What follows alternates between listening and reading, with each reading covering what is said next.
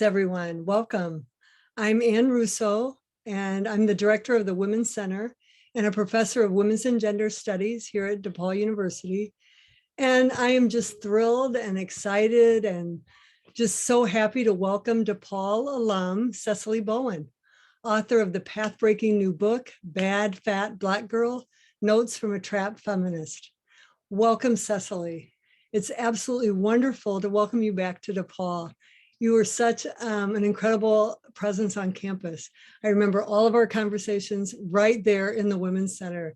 In fact, sometimes I go in there and I can still feel your presence, you know, always leading, always asking questions, expanding our ideas, forging new paths about how we think and how we are in the world. So welcome, welcome, welcome. It's great to have you back to talk about a new book. Wow, that's amazing, right? So welcome, and welcome to everyone here. I'm so glad you've joined us this evening. Before we begin, I want to thank all those who have contributed to the event. So I want to thank especially and always the Center for Black Diaspora for co-organizing this event with the Women's Center. I so appreciate the collaboration with Dr. Julie Moody Freeman, who's the director of the center and who's, you know, just an ongoing friend and collaborator and comrade and everything. And also the staff, Catherine Douglas, the center's administrative assistant, Jessica Williams, and Jennifer Ogumike, the student workers. So thank you all for your efforts to make this event possible. And I want to thank the student workers in the Women's Center, Belinda Andrade, Aviv Goldman, Rena Shenoy, and Anna Mulk for all your help in publicizing this event. And I want to thank our co-sponsors, the Departments of African and Black Diaspora Studies, Women's and Gender Studies, Peace, Justice, and Conflict Studies, American Studies, Writing, Rhetoric, and Discourse. And I hope I didn't miss anyone. So thank all of you. Tonight, Sesali Bowen will begin by talking and reading from her new book. And Nina Wilson, who's going to introduce Sesali, will then lead us off with a couple of questions. And you're invited to offer questions and comments in the chat, and then we'll offer those up for Sesali. But you're also welcome to, once we open it to questions, you can also, speak out in the Zoom room. So I'd now like to introduce Nina Wilson, who's going to introduce Sesali Bowen. So Nina is also a very recent alum from DePaul with a BA in Women's and Gender Studies and Anthropology. And just this past year, she completed the MA program in Women's and Gender Studies. So Nina has been, you know, an incredible force as well, and a presence, and someone who's contributed so much to WGS and also to the Women's Center community through her writing, her thinking, her collaborations, her work with Vagina Monologues. I mean, there's a whole list. And also as Women's Center newsletter editor and writer. Currently, she's teaching now at DePaul. She's teaching a course called Contested Bodies this quarter. And next quarter, she'll be teaching a course called Deconstructing the Diva. So without further ado, please join me in welcoming Nina Wilson. Thank you so much, Anne. That was such a sweet intro. My apologies if my internet goes out. It's a mess, but I'm sure y'all understand. So hi, everyone. I am so excited to have the privilege to introduce the wonderful and talented Sesali Bowen. Her life and career are amazing and cannot be limited to a short intro, but I will attempt to try and do her justice. So a self-proclaimed city girl, authoress, baddie, and DePaul alum, Bowen grew up on the south side of Chicago. She uses the city in much of her writing, discussing its politics, culture, and parables to discuss her own life and feminism. In the past, Bowen has worked as the senior writer at Refinery 21, later as the senior entertainment editor at NYLON magazine, aided in the launch of Unbothered, Refinery 29's sub-brand for Black women, and has likely interviewed one of your favorite stars like Lizzo, Megan Thee Stallion, Janelle Monáe, and Issa Rae, and many more.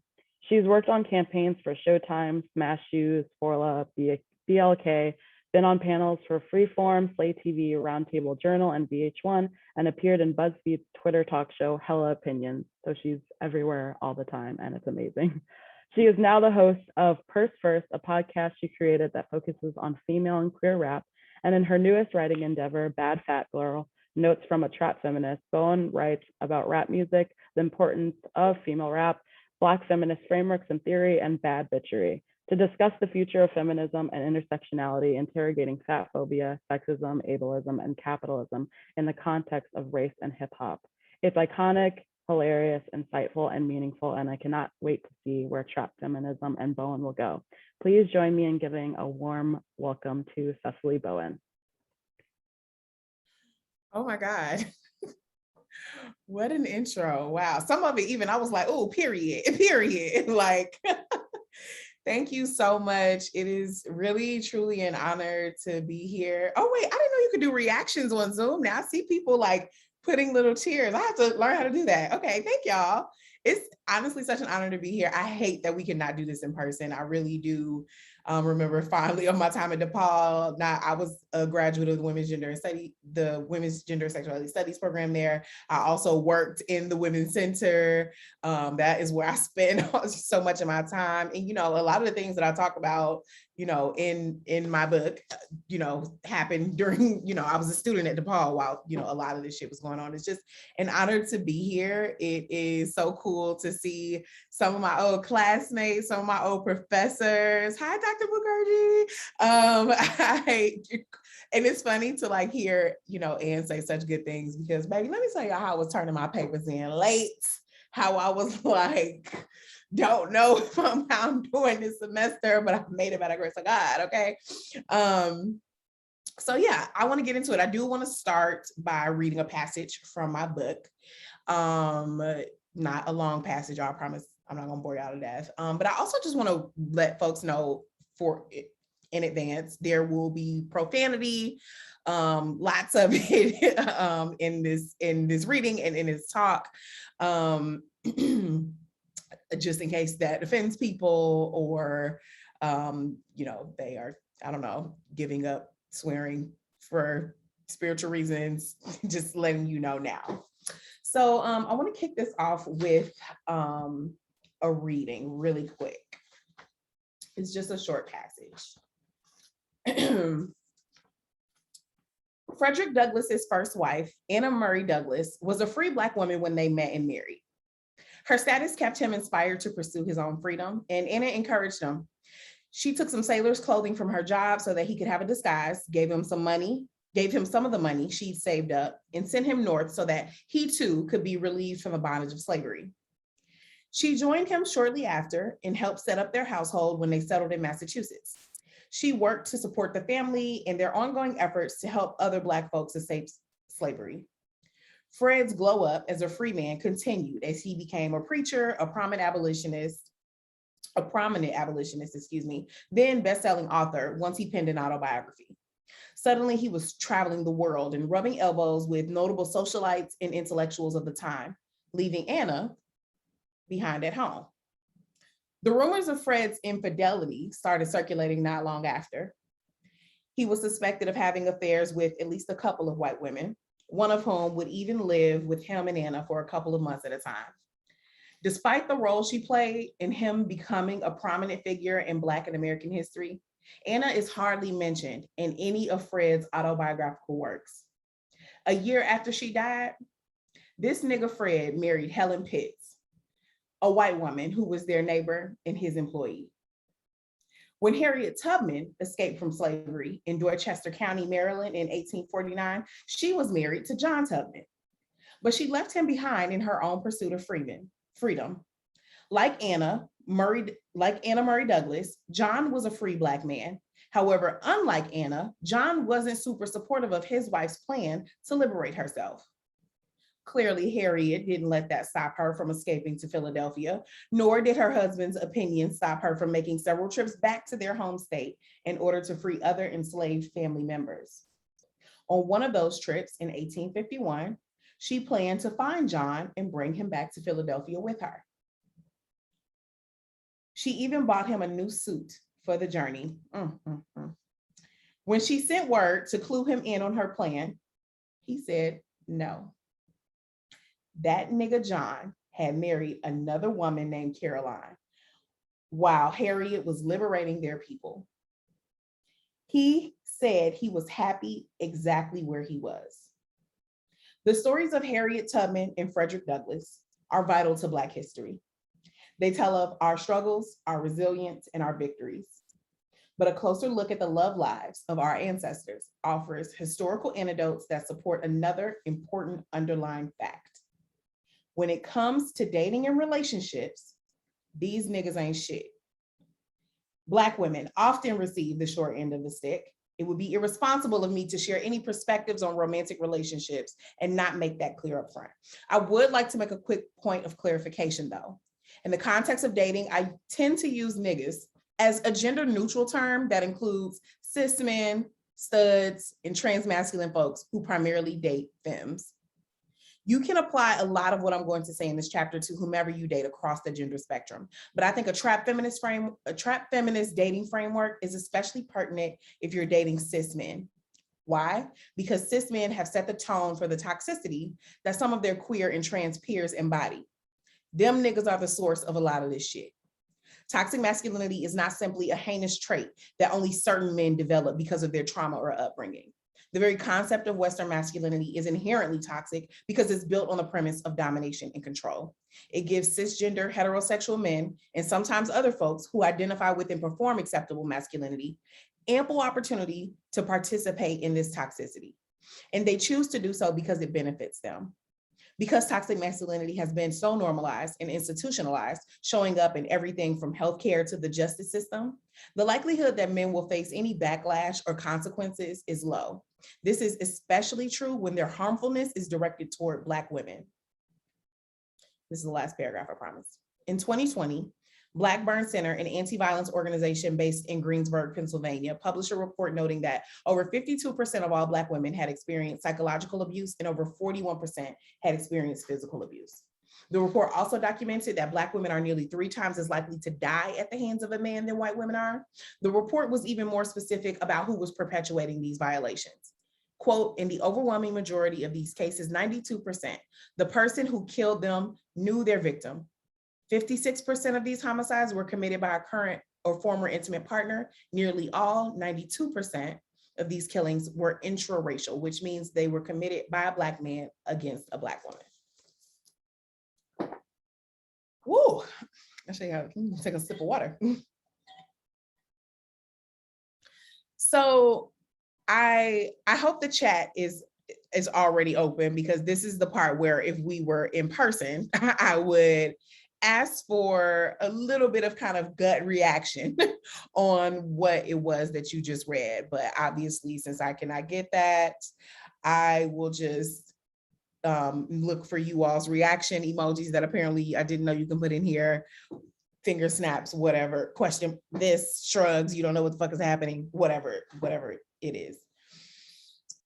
I wanted to talk to you all today about why I write the way I write, because in those 2 pages that I just read, we went from revisiting the histories of Frederick Douglass, Harriet Tubman, and their relationships, to current statistics on intimate partner violence between Black men and Black women, but also very frank and honest dialogue about how I view relationships and why this is important for me to talk about. And I think the reason why it was important for me to approach this conversation in this way is because I think that one of the reasons that I wrote this book is because a lot of the feminist theory that we read is often lacking one perspective or the other, whether it be a current perspective, whether it be a historical perspective, or whether it be a cultural one that allows for people to relate to the text through cultural relevancy. Obviously, I wrote a book for Black women, and so I use a lot of the language and colloquialisms of Black people. I use nigga a lot. I use a lot of that language. And I think I learned how to do that not only through my experiences in programs like the one at DePaul, but also through my experiences as a journalist and working in entertainment. So Nina did a little bit of the introduction earlier where she talked about my background as an entertainment journalist. And I want to dig a little bit deeper there to just be a little bit more specific. So my primary gigs in media were at NYLON magazine and Refinery 29. And I don't think it's a secret that both of those publications are known for being a little white feministy, in the trademarked pussy hat way. It's like the haven of quote unquote white feminism, right?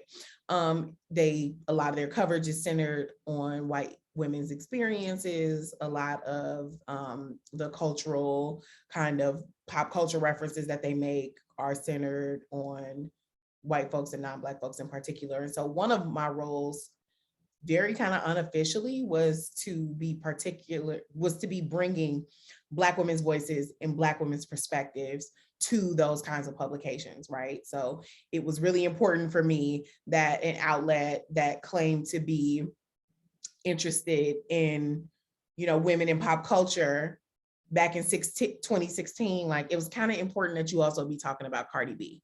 It was kind of important that, maybe we might need to talk about, Megan Thee Stallion. But what I noticed was that for women like that, it took for them to, they had to become these mega stars first before publications like that would like acknowledge them or cover them or write about them and follow them. And so I had to kind of be one of many advocates to say, hey, no, I think this is who we should be covering. This is who we should be talking about. It doesn't matter if your audience doesn't know who they are now. Like if we're saying that we're on the cutting edge, like we can't say, oh, we can break this star to people, but this star already has to be known in order for people, to be interested in their stories or the art that they're producing and putting out into the world. And so through having those conversations, I started to notice that like the real life Black girls who work there were being similarly expected to assimilate to like kind of the rest of like the culture there. I noticed very quickly that,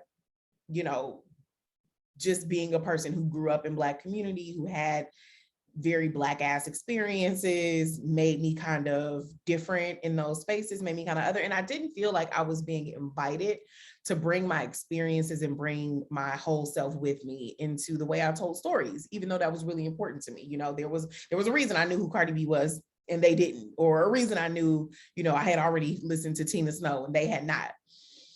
And so when it came time to write a book, obviously, I've read the Bell Hooks, I've read the Audre Lorde, my favorites, like many of us, the OGs. But I also knew that there was more storytelling being told through like today's pop culture. I think obviously one of the strongest examples of that is in the plethora of female rap that we have available right now. I think that female rap is such the closest thing we have to a cultural radical feminist theory, like happening on like a mainstream platform right now, outside of like social media. I think that the way we're talking about Black women and like Black women's culture, meaning our language, our aesthetics, there's a reason everybody wants to wear like long colorful wigs and like long nails now, and like where that stuff comes from. We're having for the first time a lot of honest conversations about where that has been extracted directly from. And so I knew it was time for me to essentially like reintroduce trap feminism into the kind of lexicon. Whew. And so in terms of like pop culture-y kind of, not, I guess it is pop culture analysis. I mean, that is where, how I came to this. I also found that that was the easiest way to create accessible language. That was the easiest way to be able to talk about what liberation for Black women could look like without excluding folks who did not have access to like high theory and scholarly texts and JSTOR, or do people still use JSTOR? You know, wherever people find their articles these days. Sometimes I really believe in a feminism that kind of meets people where they are, if that makes sense. And so that is how I got to a place of writing about feminism and Black feminism in particular from this lens. And so I want to take a quick second. Want to let y'all type some let y'all type some questions in the comments in the chat. If y'all have questions for me before I kind of move on. I just wanted to give you all that background and kind of talk a little bit about why that passage that I just read to you was the way it was.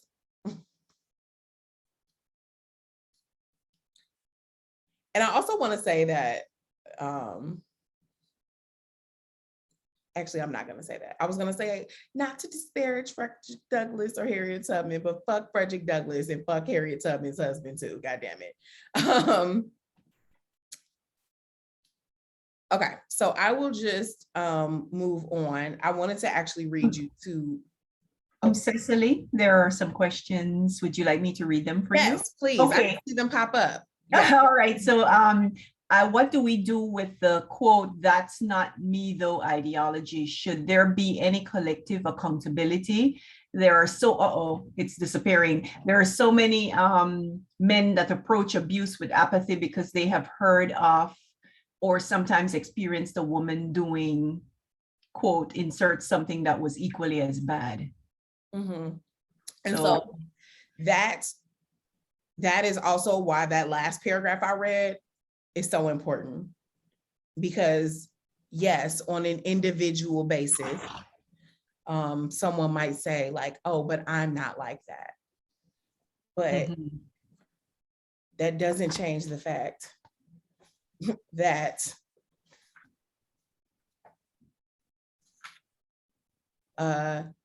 in the overwhelming majority of cases where Black women are more likely to die at the hands of Black men, that 92% of those killings are interracial, 92% of the time they knew the person, and 56% of homicides against Black women are committed by an intimate partner. Right. So it's like, statistically, the likelihood, you know, and I think it's actually really important that we frame the conversation in that way. I do think that because we live in obviously a very like media driven culture, more so than ever, sometimes it can be hard to take things in unless they've already been video recorded and put on the internet for everyone to see.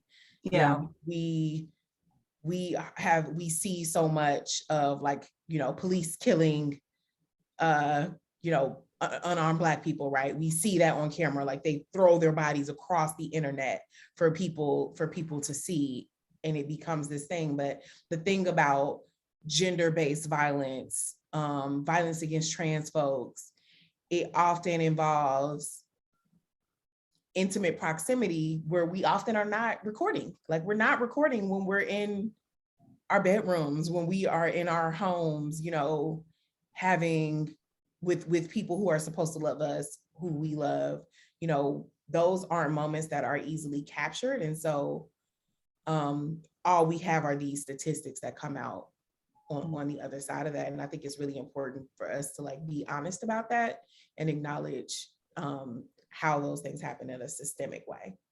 So there are two other questions. One has to do with you. Somebody's asking, thinking about the passage, I'm wondering how you navigate such big topics of harm while protecting your emotional energy and remaining true to who you are.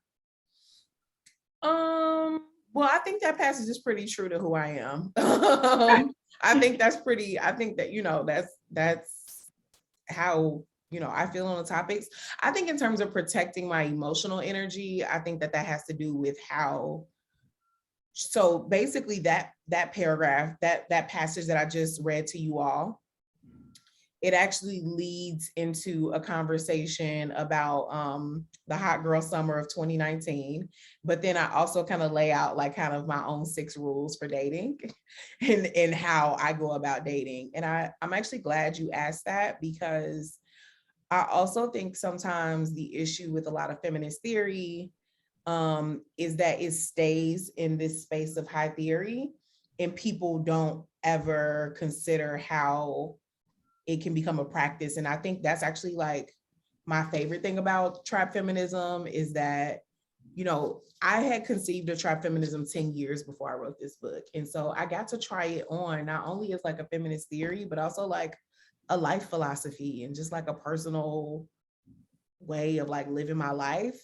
And the shit works, you know. And it was also like a looking backwards. It wasn't that I felt like I had to invent this. It was literally about acknowledging like the ways that Black women have already just been doing this shit, how Black women have already been figuring out ways to resiliently free themselves like within their own circumstances. And so, you know, trap feminism is how I also protect my emotional energy, because it's also like the way I live my life, if that makes sense.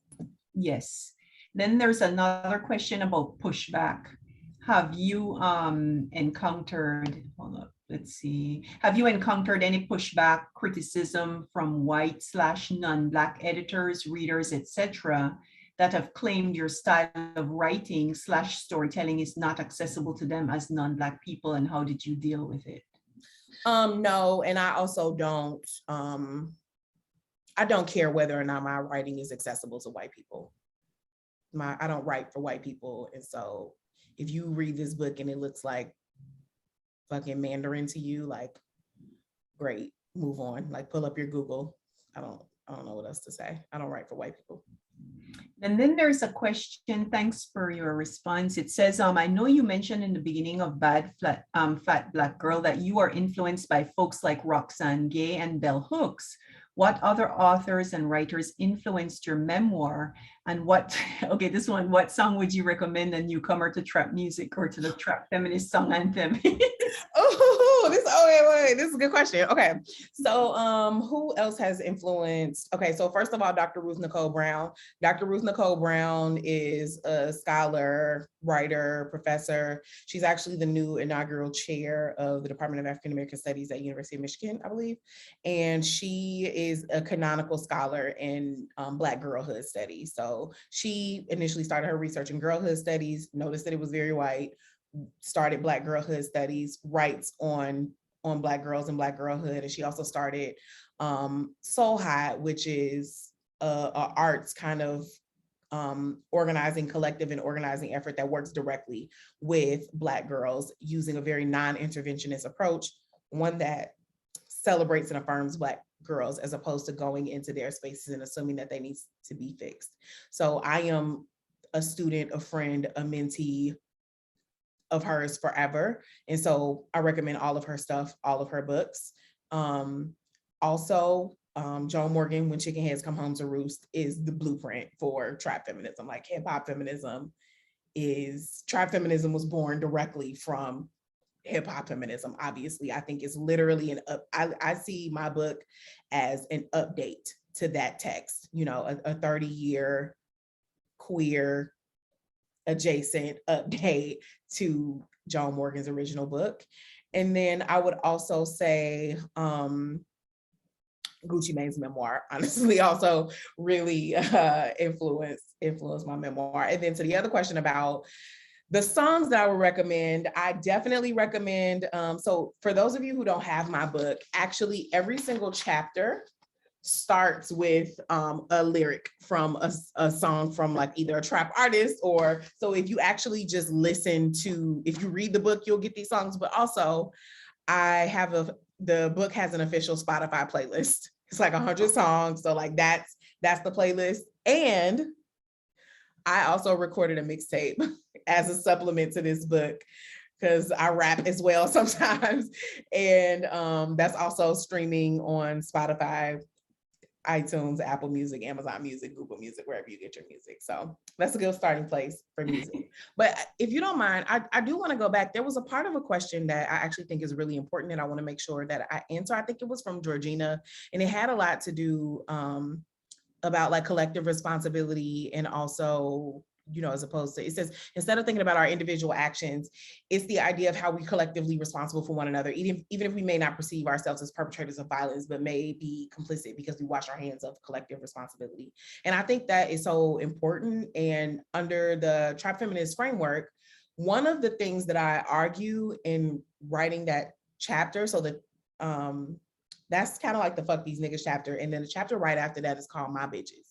And it's actually a chapter essentially that's about friendship amongst Black women, and also just about how Black women like hold each other, how Black women historically have been the most responsible for each other, how we are the ones who show up for each other, how we are the, and obviously that's flawed as well. I mean, even today, like with this backlash with what's happening with like Netflix and Dave Chappelle, like there are so many cis Black women who are like rushing to defend Dave Chappelle's fuckery in a way that is a huge betrayal to Black trans women. So not to say that that is perfect, but I do think that is often sisterhood, right? I think that for Black women, it is and has often been and will continue to be sisterhood, where we are able to do a lot of the work of combining our resources, redistributing the wealth that we have, coming up with collective solutions to community problems. Like Black women just have always do that work. And I mean, like, you can just go back in history and look at that from Black Lives Matter, from three queer women came together collectively to start that. Like all of our strongest organizing efforts are often spearheaded by Black women, and I don't think that's a mistake. And I don't think, and I think it works even better when Black women come together in that sisterhood.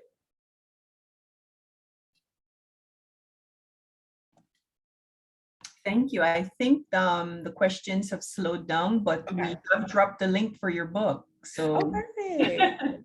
so moving on from kind of that background of just how I am and how, you know, I kind of came to write in the way that I do, I wanted to, first of all, just give you all a couple more examples of that. So just two other passages that are actually, they're really just lines.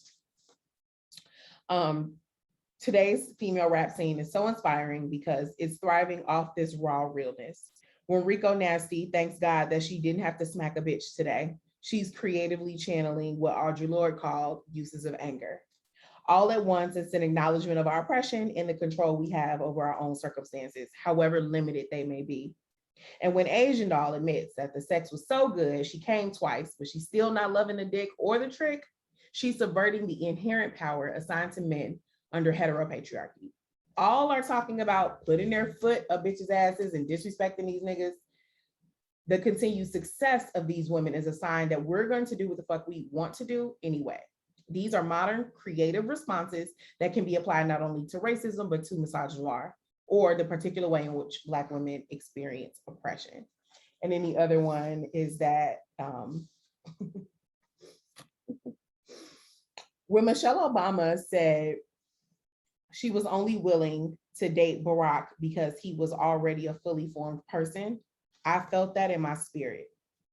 I was equally moved when the prophetesses known as city girls proclaimed that broke niggas don't deserve no pussy. As far as I'm concerned, these are two sides of the same coin. I can't date anyone who doesn't have their shit together, and I can promise you that you won't be getting any coochie from me. So I read those last two passages just because I wanted to dig my heels in a little bit deeper about where we can look into pop culture for examples of feminist themes. And so that's why I just want to talk a little bit more about how, how I started Trap Feminism and what Trap Feminism is. So obviously I'm on this book tour, right? And people are asking me like, so tell us, succinctly, what is Trap Feminism? And I always say Trap Feminism is feminism for real bitches, or if you are looking for a more, if you need a little bit more meat with that soup, I say that trap feminism is an exploration of the creativity and liberation that Black women find for themselves. And that is often reflected in the way Black women are talked about, or the way they talk themselves within the space of like trap culture, trap music. So for folks who don't know, like at a very, without assuming that folks have all of this terminology, trap music is a subgenre of hip hop. It came about in the early 2000s and was really kind of pioneered by a lot of artists in the South. So artists like UGK, artists like Gucci Mane, artists like T.I., very problematic folks, some of them Yo Gotti. But it was this, in terms of music history, it was this moment where people thought hip hop was going downhill. They said, oh, this is mumble rap. They're not talking about anything. They were really kind of reflecting a lot of their experiences as, poor Black folks from the hood, and particularly poor Black folks from the hood who were participating in a lot of sub-economies or subcultures, whether it be sex work, whether it be selling drugs, whether it be scamming, identity theft is what I guess people would call it. I'm like, what's the legitimate term for scamming? Because I guess it's a lot of different things that fall under the umbrella of scamming, but we won't get into all that. But basically, trap music was, it was basically hoodlum music, if you will. That's why people were trying to write trap music off as. And then another strong critique of it, in addition to it kind of being considered lowbrow hip hop, another critique of it was that it was extremely misogynist. Like the way women are talked about within this space is disgusting, it's terrible. They're calling them bitches and hoes, and it's the worst thing that ever happened to Black women. This was the music of my generation. I listen to a lot of trap music. A lot of Black women I know listen to a lot of trap music. I see Black women in this chat right now that I know listen to trap music, and continue to do so. Even with their backgrounds. And I was very curious about that. I was like, how are we here? Why are we here? Like, why am I not bothered by this in a way that everyone wants me to be? And for me, the solution was in sitting with the way women were being written into trap narratives. And so someone might rap about, for example, throwing money at a strip club, right?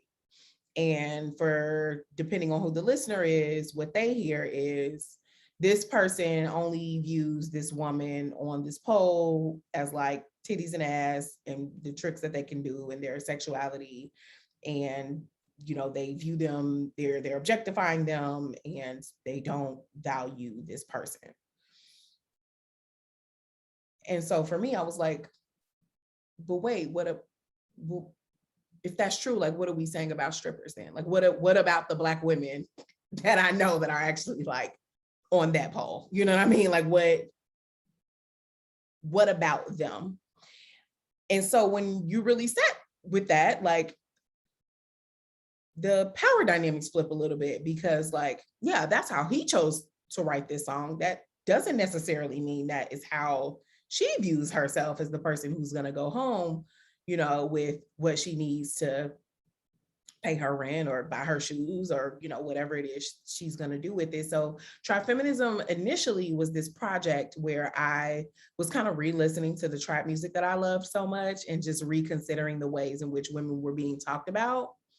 Because, if it's true that trap music reflects, kind of either the realities or the aspirations of the hood, I know that there are Black women in the hood and like Black women who share in those aspirations. And so instead of viewing Black women from the position where they're always talked about, I wanted Black women to like kind of speak back. And I feel like when you let that specific group of Black women talk back, a lot of what you get is trap feminism, and I think I use myself as kind of the case study in that. And that becomes, I am the example for a lot of this, because I mean, obviously my book is first and foremost a memoir. And so, I tell a lot of my own stories and a lot of my own business.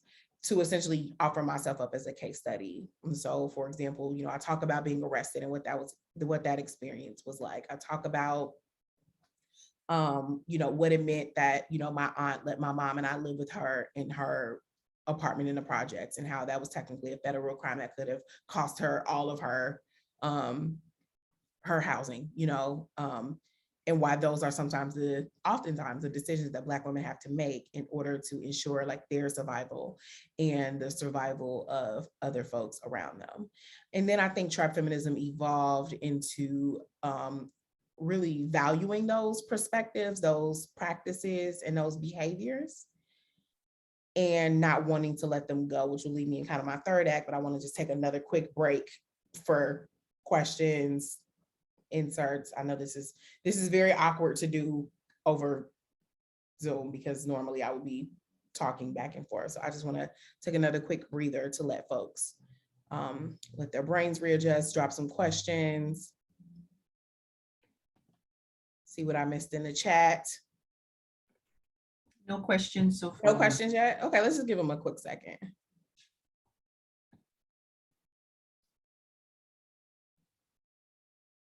And if not, I'll go on. Okay. Also, yeah, please buy the book, y'all.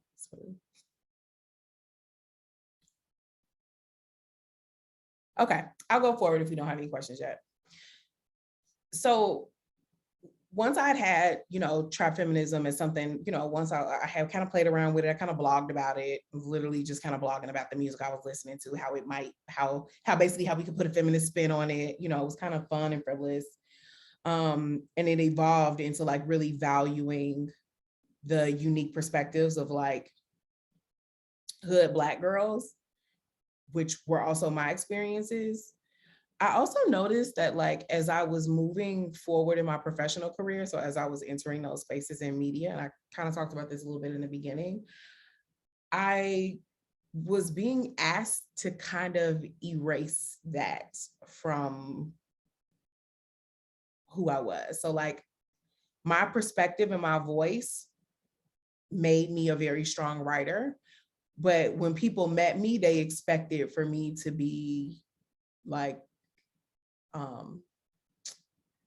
less hood. They expected for me to be like a more sanitized, essentially, version of myself. And this, in issues of like respectability and professionalism aside, there were just a lot of experiences that I had, like even in terms of like family dynamics, growing up with a parent that was an addict, like having, like, I remember so even something as simple as like talking about my godchildren, right? By the time my friends were having babies in high school. So like I had godchildren when I entered the workforce that were like older. It wasn't, like my friends weren't like, and I just remember kind of like the explaining that I would have to do, the kind of contextualizing I would have to do. And then also, even around my work, which was around interviewing and talking about Black women, really trying to like explain why like Megan Thee Stallion was important for the culture, or explain, Trina's legacy and why that was important for the culture, or explain why this moment of female rap that we were having that kind of was exploding around 2017, 2018 was important. And finding that being honest about that, even though I was being called upon to share a lot of like personal narrative experiences, they weren't opening me up for like any kind of negative feedback.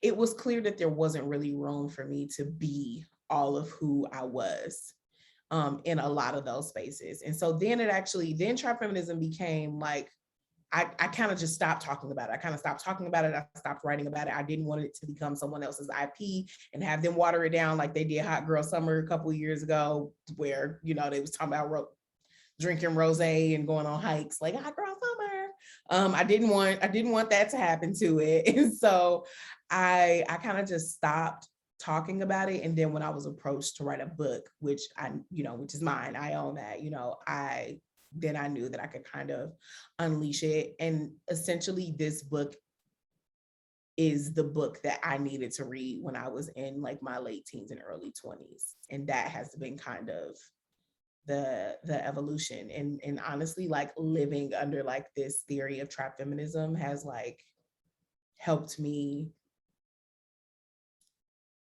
become the person that I want to be. But I also think that it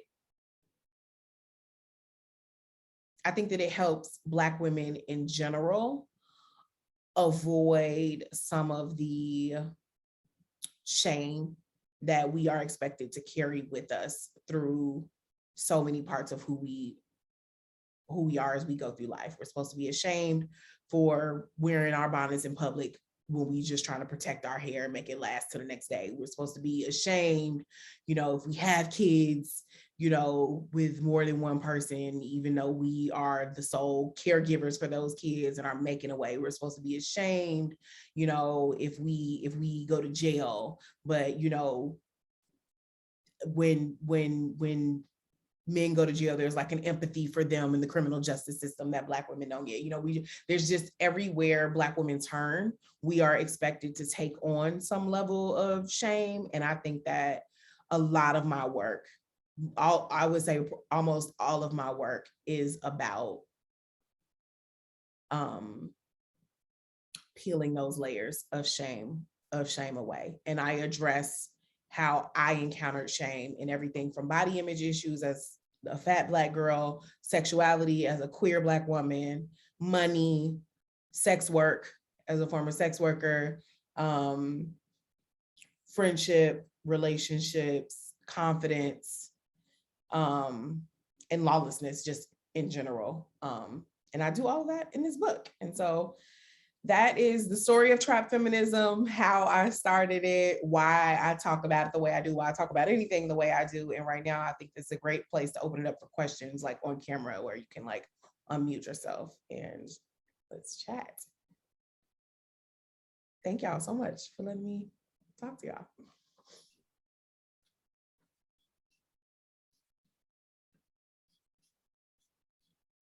While we're waiting for people to unmute, there were some questions in the chat.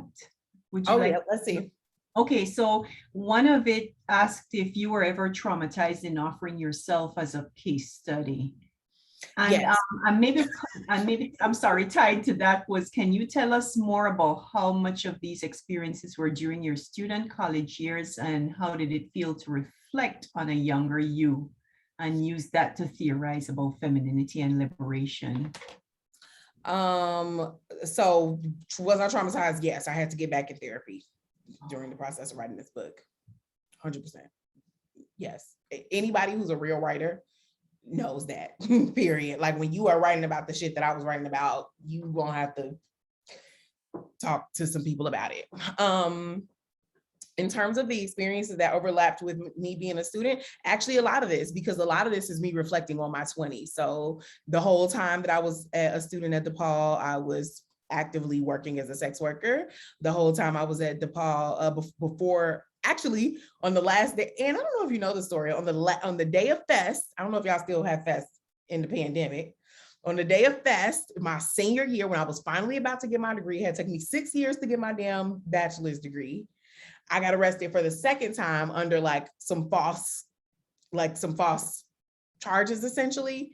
And it was it was just another, and I don't write about that experience, but I write about the first time I got arrested and basically why it was so important for me to get my degree, because I had a record at that point. So if I couldn't get my degree, I knew that I was gonna kind of be fucked going forward and trying to start my life and start my career. So there were actually a lot of overlap. And honestly, I do write about, for folks who are curious, when you're reading the book, when I talk about transferring universities, so when I talk about going from the school in the cornfields to the new school in the city, I'm talking about going from U of I to DePaul. And so you can put a lot of that together, as you read the book. But, and I think I'm also glad you asked that, because I also think that's the thing that's important, is that, they have that saying, get you a girl who can do both. that shit is really true for a lot of Black women. Like the person that like sits in your meetings or runs your meetings, or, you know, like could also like have, you know, a lot of other shit going on, because we often live like just very complex lives, you know, like a lot of people didn't know I had a criminal record when I didn't put that on any of those applications when I was applying for like those media jobs, that I had been arrested in Chicago when I was 19, you know, and it had a record. Or, you know, I didn't put, you know, yeah. And also I sell a little coochie on the side, you know, when I was trying to like get into the like, we're not allowed to, I mean, and for obvious reasons, you know, of, you know, professionalism, privacy, and things like that. But it's also about like what those things mean. But I also think that a lot of times it's like we're read as kind of one or two dimensional, and we often are expected to choose. So it's like, if you are, you know, an educated Black woman, the expectation is that you don't have any other parts of yourself that are not seen as like more socially acceptable, and or that you don't even have that shit in your past. You know, and that was my experience for me, especially when I got into the world of media accidentally, because I never took a journalism class in my life. I noticed that like, oh, these are girls that come from money, and girls that come from, you know, just places that I never was. And so that was the other thing too, to just, yeah, like I can be really smart and I can also slap the shit out of you. You know what I'm saying? Like I needed to like, you know, it was really important to try to capture that both. That ties so much into a question that came. How often did you feel like you had to hold back from being your true self based on what culture and society expected from you? I always felt like I should be doing that and expected to do that. Did I always do it? No. I think anybody here who knows me can tell you that, you know, I think that I'm a very like authentic person. I think one of the most simple ways I can just talk about probably is just around language. I'm pretty intentional about not like, I try as often as I can, as often, you know, unless I'm like talking to the police or like some shit where like some people's lives or like a lot of money is on the line. I try not to do like a lot of code switching and how I speak, because I think it's actually like really important for people to understand that like, yeah, someone who knows African-American vernacular can also participate in this conversation, like with their African-American vernacular, and you'll know what they're talking about, and they'll also be smart and have good ideas and good things to contribute to the conversation. And so, yeah. Another one is when you say that professionals ask you to be a more professional version of yourself, do you see that professional spaces don't value intersectionality? I just think that a lot of professional spaces have a lot of internalized whiteness and white supremacist values that are not acknowledged. Like, I think that a lot of what we think is professional is steeped in what we think white people do. Okay. Because like white people get to use all their slang words in the meetings. Like nobody ever said, oh, Sarah, stop saying awesome sauce in this meeting, because that's not a real word. You know what I mean? Like nobody ever said that. Like nobody, you know, nobody ever says like, stop saying dude and bro. Like, no, you know, like no one ever tells them to not bring their cultural colloquialisms into the meeting. And so. Thank you. So what kinds of questions did you feel like maybe you didn't get a chance to explore in the book and would like to engage in future writing? There weren't any questions per se. I think one thing that I didn't get to talk, or one thing that I would like to explore more in future writings, I'll just say that, because it's not a lack in this book. It's just, I think I have room for another book, is to talk more about mental health, and particularly around like eating disorders. I think that like Black girls are just not included in conversations about eating disorders. I think conversations about eating disorders happen in a very like one-dimensional way, and that's definitely something I would want to write more about, for sure. Definitely. I What need is, probably a couple I'm sorry, more sorry, years go ahead. first. I was just gonna say, I probably just need a couple more years of therapy on it first, though. Yeah, yeah. So this one is a pretty good one. What is the importance of integrating trap feminism into academia to you? And how would or could you incorporate it more? Well, I personally think that, like, I think trap feminism, first of all, calls for, I also just want to say, we've reached a point where, like, if you don't want Julie to read your question, just come off mute and you can ask me. Yeah. Voice to voice. But one of the things that I think trap feminism calls for is more collaboration. I mean, gender studies is already a very interdisciplinary field anyway. I think that's the beauty of being a gender studies professor, or a gender studies like scholar, student, professor, is that you are often working cross-departmentally, whether it's like anthro or sociology or media studies. But I do think that trap feminism calls for more direct kind of integration between like media, race, and gender and sexuality. But I don't think it's new. And I do want to be very clear about that with trap feminism, is that I don't think that it's new. For example, I mentioned up top that like this is definitely, I feel like, just an update of Joan Morgan's When Hip Hop, when Chicken Heads Come Home to Roost, which is where she introduced the concept of hip hop feminism.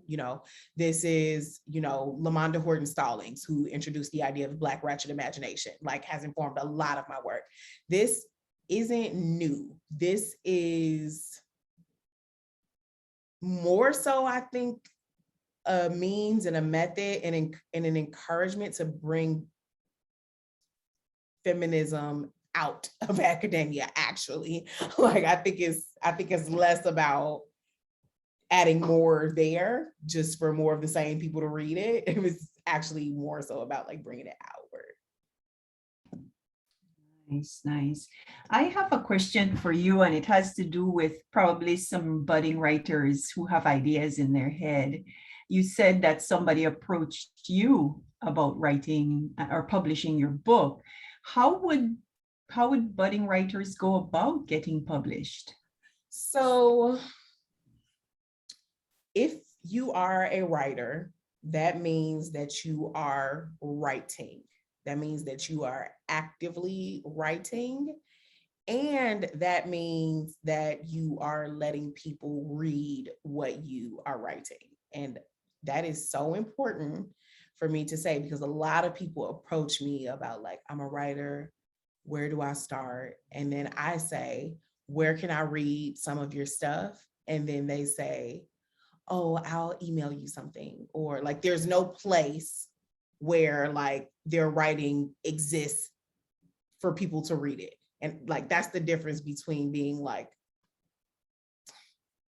I mean, we're all writers, but I was gonna say, maybe that's like the difference between like writing and journaling, but it's not that. It's just like, you're not a writer. You can't be a writer professionally if you're not willing, or if you're not in the practice of, one, letting people read your writing, and two, being edited. Like that's what it means to be a writer in a professional capacity. It's really important for me to throw that out there. And I will say that started for me even before I was writing for any of these publications. I was the type of girl, I used to write notes on Facebook. I don't know if y'all, before they would let y'all write these long ass statuses. Yes, Kristen, you know what I'm talking about. Like, before they would let you write these long ass statuses that you can write on Facebook now, they actually used to have like, they had essentially integrated it to where your Facebook could be an actual blog platform. I think they were really interested in what Tumblr was doing, was really interested in like WordPress. And so like you could write notes. This is for all of the Gen Z people here who are youthful. No, I know y'all don't know nothing about that, but like I was writing notes, and like people would comment on them and like, tell me what they thought, argue with me about it, whatever it was. And then I transitioned to like a real blog, which I really need to take off the internet because like it's like some real embarrassing stuff on there. And people will read that and engage with that, argue with me about the stuff that was that. And it wasn't like I didn't have a huge following. I didn't have like I didn't have one of those popular blogs that people monetize and make money off of, but like I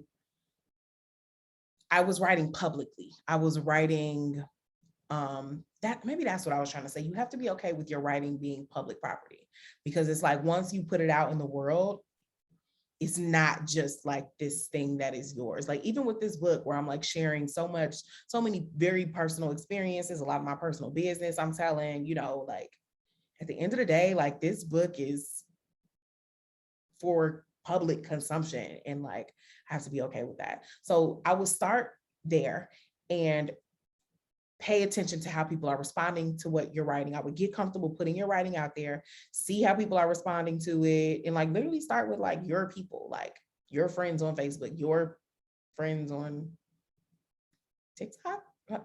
I don't know what the young people are doing. Start with your people though, and get into practice that way, and literally just kind of pursue it.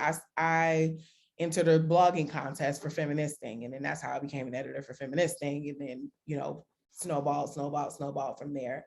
And then after I was an entertainment journalist, my boss had gotten a book deal, and I stopped into her office one day, my editor-in-chief, Gabrielle Korn, and I said, hey, how did you get your book deal? And she said, oh, an agent approached me. She's really nice. I can introduce you to her. And I said, okay, dope. And then I met her literary agent, who said, so do you have any ideas for a book?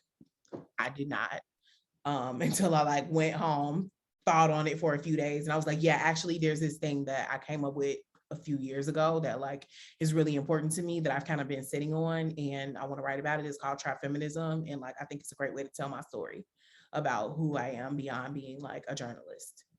And then we had the book. Other questions? Feel free to come off of mute and ask a question. I have a very basic question. Yeah. How did you make peace with that? So thinking about being re-traumatized and writing, and some of, I'm sure, very big triggers that came up in some of the topics, and how to bring your full self forward, all of these different energies. How did you just make peace with, you know what, it is what it is. This is the product that it is. I'm done editing. I'm done self-censoring. I'm putting it out there. Well, my writing process actually involves a complete removal of my filters. Even like my actual like process of getting the words down on the page, the first thing I do is literal, like, call it word vomit. Like I just throw words on the page. Then I go back, comb through it, clean it up, maybe throw some more words in there that I think is missing, go through it, comb it up. And that, to me, that's just the writing. That's just getting cohesive sentences. And then there's a freedom in that, because like, I know I started this with, you're not a writer unless you're comfortable with people reading what you say. But when I write, I do write as if nobody's ever gonna read it. Because it's the only way. Like if I'm thinking, so for example, my family, like my mom, my granny, they did not know that I was a sex worker. My mother found that out in my memoir. And so I knew that that was something that I really wanted to write about. And I had to be very strategic about the point at which I would like let her see the manuscript, because I couldn't do it before. I couldn't tell her before I wrote it, hey, just so you know, I'm about to write about this thing that I know that is going to be very shocking. You're not going to approve of, you're going to hate, you know, it's going to be terrible, you know, for you. Because I wouldn't have been able to get the words on the page if I had done that. And so, you know, you go through that, and then you know, another great piece of advice that I have for writers is to let editors be editors. Like, it's not your job to worry about if this sucks. Like, that's your editor's job. They'll tell you if it's bad, and they will tell you exactly what's bad about it, what you need to fix, and then you go back to fix it. Like, and so, yeah. But also having my friends it did get to a point where like every day after writing, I was like calling my best friend, either crying or like mad about something. Like it definitely got to a point in the thick of it where I was like, "Ooh, this is a lot." Some chapters were easier than others, but yeah, and getting back into therapy. Yeah. I got a question for you, Miss Cecily. First of all, Hi, it is Dr. so good to see you, girl. Vidal. Oh, I'm so proud. I'm over the moon. I'm over the moon right now. And my question is, as you know where I come from, my question is, how do you see this this book and your ideas and your badassery crossing over to other underrepresented folk? I'll just leave it at that. And Yeah, love you. that's real. Yeah, I mean, that's part of the reason why I made a mixtape. I dropped a mixtape alongside this book. Every song, so there are 11 chapters in my book. There are 11 songs on the mixtape. I wrote them all. They are essentially like a musical footnotes of the book, you know, for folks. So it's like, look, if you really don't fuck with books like that, reading like that, a lot of reasons why that could be. Okay, bet, like, here's a mixtape. Like, and the thing about trap feminism that is so beautiful is that, you know, it really honors the spirit of female rap. So it doesn't sound like conscious rap. It just sounds like a mixtape from a rap bitch, you know. And well, except one song, my girlfriend said that one of my songs sounded like conscious rap, and I got really embarrassed. So that is my least favorite song on the mixtape, and I try not to listen to it because now I was like, well, wait, why don't I like it? And I think that's why, because it sounds like conscious rap. But I think exploring different mediums, valuing different mediums, I think that's the other thing about Dr. Ruth Nicole Brown's work. Dr. Ruth Nicole Brown obviously is a professor, but then she had the collective organizing space where we did different types of art. Dr. Brown also started a band with a couple of her PhD students where they made music.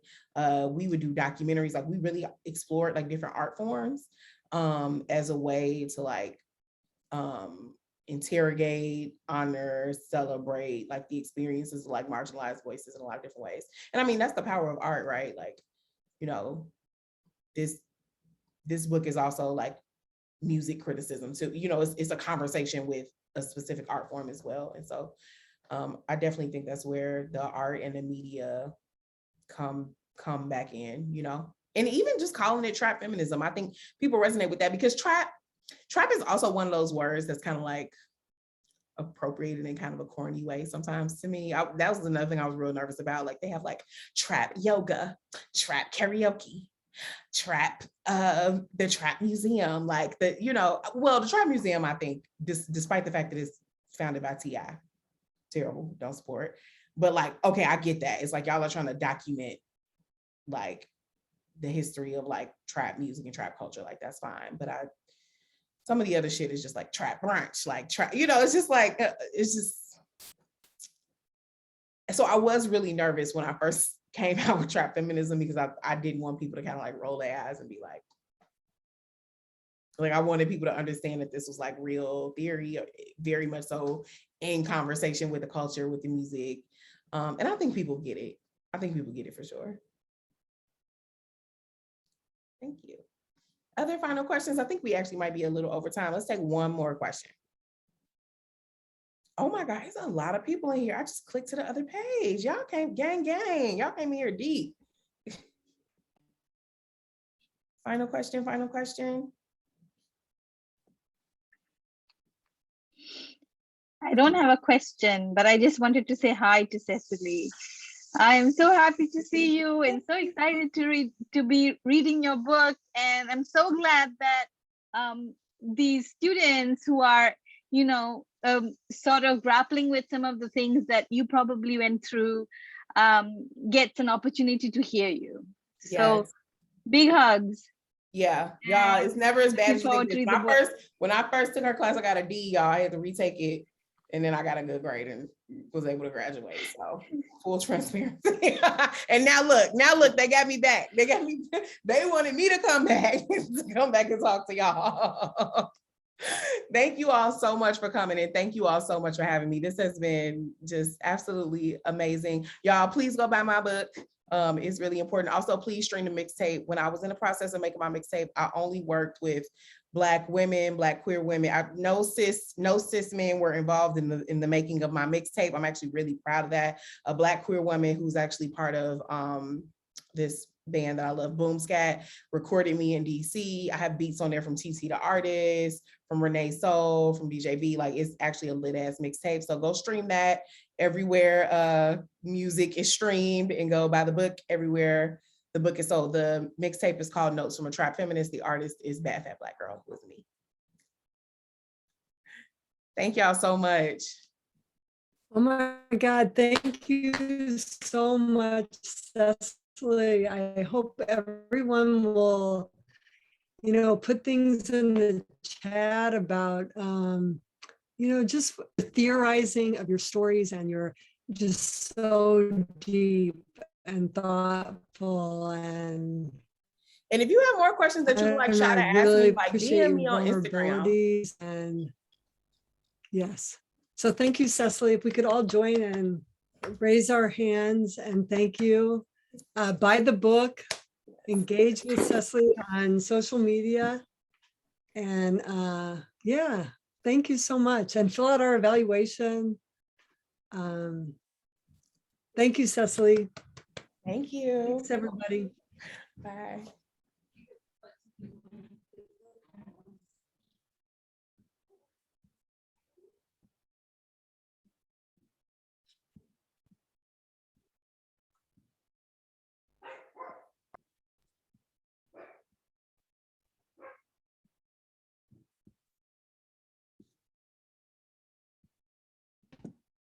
I'll stop recording now, Anne. Okay. All right, and I'll send it to the cloud.